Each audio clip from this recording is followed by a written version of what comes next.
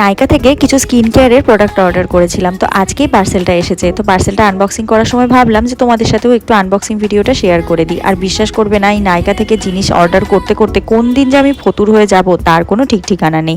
তো প্রথমেই যেটা বের করেছি সেটা হচ্ছে ম্যাট্রিক্সের এই শ্যাম্পু আর কন্ডিশনারটা। আসলে আমার চুলগুলো না ভীষণ ড্রাই হয়ে যাচ্ছে জানো তো, তাই ভাবলাম শ্যাম্পু আর কন্ডিশনারটা একটু চেঞ্জ করে দেখি। তাই ম্যাট্রিক্সের এই ড্রাই হেয়ারের জন্য যে শ্যাম্পু কন্ডিশনারটা এইটা কিনে নিয়েছি। তো দেখা যাক ইউজ করে কেমন হয়। আর তারপরে যেটা অর্ডার করেছিলাম সেটা হচ্ছে সেটাফিলের এই ময়েশ্চারাইজারটা। এই ময়েশ্চারাইজারটা আমার ভীষণ ভালো স্যুট করেছে জানো। আসলে আমার অয়েলি স্কিন, তো আমি সেই জন্য স্কিনের অয়েলটাকে অ্যাবজর্ব করার জন্য সমস্ত কিছু প্রোডাক্ট ইউজ করি, তো যাতে স্কিনটা খুব ড্রাই না হয়ে যায় সেই জন্য এই অয়েল বেস ক্রিমটা আমি ইউজ করি। আর এটা ভীষণ ভালো স্যুট করে গেছে। আর এটা আমি কিন্তু নাইট ক্রিম হিসাবে ইউজ করি।